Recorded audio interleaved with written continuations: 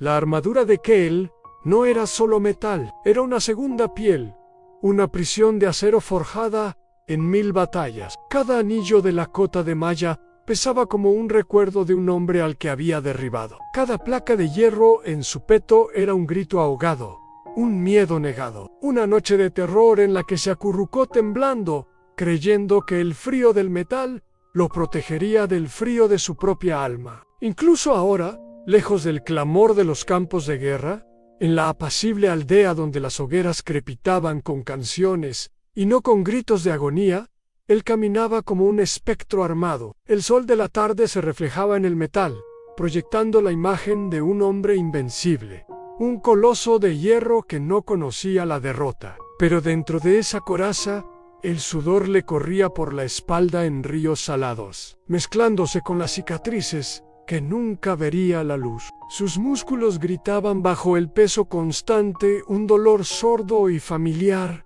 que prefería al otro dolor al que acechaba en la quietud. El silencio atronador de sus propios pensamientos, los espectros que susurraban en la noche que no era un héroe, sino un sobreviviente cansado. Se sentó pesadamente en un tronco caído a las afueras de la aldea, el metal crujiendo con un sonido quejumbroso. Desde allí veía a los niños correr, sus risas como agujas finas que se colaban por las rendijas de su yelmo. Los observaba, y una envidia profunda, amarga, le corroía por dentro.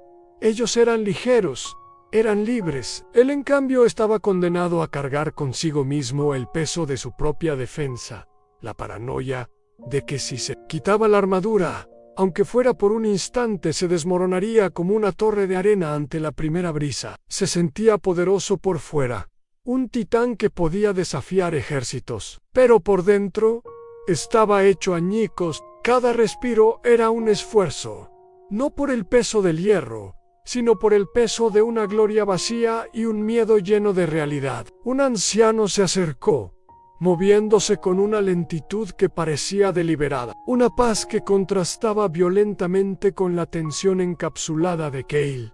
No llevaba armas, solo un bastón de madera nudosa y una bolsa sencilla. Sus ojos, de un color similar al del cielo crepuscular, no se posaron en la imponente armadura, sino directamente en los ojos de Kael, que brillaban con fatiga desde las sombras del casco. «El hierro es pesado», dijo el anciano. Su voz no era áspera, sino suave como el roce de la seda, y sin embargo cortó el aire como una lanza bien afilada. Kael gruñó, un sonido que salió metálico y distorsionado desde dentro del yelmo. «Es lo que me mantiene con vida». «¿Has?», preguntó el anciano, inclinándose ligeramente sobre su bastón. Sus ojos escudriñaron el peto abollado, la espada mellada que colgaba de su cinturón. «Parece que te ha mantenido con vida para cargar con él, no para vivir». «¿Cuándo fue la última vez que sentiste el sol en tu rostro, guerrero? ¿Cuándo fue la última vez que una brisa te acarició la piel?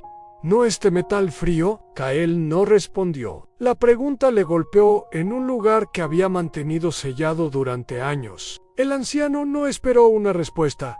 «Han», señaló la espada. «¿Confías en el filo de ese acero?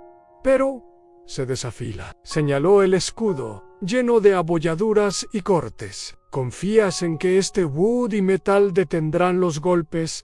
Pero se astillan». Finalmente, su mirada volvió a clavarse en los ojos de Kael. «Confías en esta armadura para proteger tu corazón, pero es ahí, precisamente dentro de esa fortaleza, donde estás más herido. Estás protegiendo una ruina, soldado». Kael quería enfurecerse, levantarse y ahuyentar a aquel viejo loco, pero no podía. Una verdad profunda, incontestable, resonaba en cada palabra. Llevaba años defendiéndose de enemigos externos, pero ¿quién lo defendería de la batalla que libraba dentro de su propio pecho? «¿Y qué sugieres?», preguntó Kael, y su voz sonó extrañamente vulnerable, casi infantil. «Que me desnude y espere a que el mundo me atraviese». «Sugiero», dijo el anciano con una sonrisa triste y llena de compasión, «que cambies de armadura. Has confiado en lo que tus manos pueden forjar, en lo que tu fuerza puede cargar. Pero hay una fuerza que no se mide en músculos, una protección que no pesa, que no se oxida, que no falla. Hizo una pausa, dejando que las palabras se depositaran en el corazón agrietado de Kael. Dios no te pide que seas débil, te pide que reconozcas que tu fuerza no es suficiente. Te pide que confíes en su armadura, no en la tuya. La verdadera fortaleza, hijo mío, no consiste en ser impenetrable, sino en saber en quién refugiarse. Le extendió una mano abierta, vacía. No era una mano que ofreciera otra espada o otro escudo, era una mano que ofrecía libertad. Y entonces Kael lo entendió. Su armadura no era su salvación, era su esclavitud, era el símbolo de su desconfianza, de su orgullo herido, de su creencia de que solo él podía salvarse a sí mismo. Una lágrima, caliente y completamente humana, recorrió su mejilla, limpiando un surco en el polvo de su rostro. Con dedos que de repente sentía torpes y pesados como bloques de piedra, buscó la hebilla de su yelmo. El mecanismo se dio con un chasquido seco que sonó como la apertura de una celda. El aire de la tarde, templado y perfumado con hierba y humo de leña, le golpeó la cara.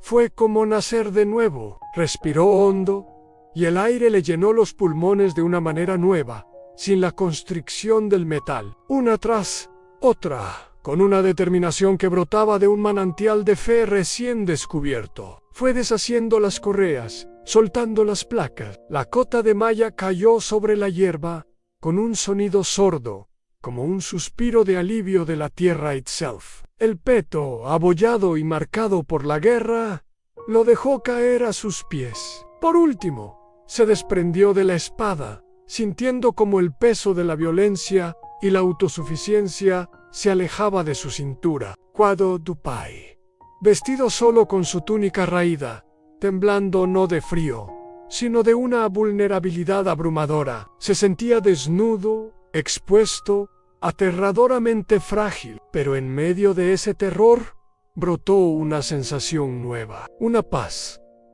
que no era la ausencia de guerra, sino la presencia de algo, de alguien más grande que cualquier amenaza. Era como si una luz cálida lo envolviera, una protección que no pesaba, que no restringía, que lo fortalecía desde dentro. No se sentía débil, se sentía, por primera vez en su vida, verdaderamente fuerte. Había desnudado su cuerpo, pero había vestido su espíritu. El anciano asintió, y en sus ojos brillaba una alegría serena. Ahora, murmuró, ahora estás listo para la verdadera batalla, la que se libra de rodillas, la que se gana de pie confiando no en tu brazo, sino en el brazo del Todopoderoso. Kael no necesitó más palabras. Se arrodilló allí, en la hierba, junto a la pila de hierro, que había sido su ídolo y su carcelero, y entregó su corazón. No entregó su valor, ni su coraje, sino su miedo. Su orgullo con sentido infinito los entregó a manos que él sabía, con una certeza que trascendía toda lógica, que nunca lo soltarían. Al levantarse, su postura era distinta. Ya no era la rigidez tensa del guerrero. A la defensiva era la firmeza relajada del hombre que sabe que no está solo, que su seguridad no depende de él. La verdadera fuerza, comprendió, no provenía de sus músculos ni de su acero, provenía de su entrega, provenía del Señor de los ejércitos, que pelea las batallas por aquellos que confían en él.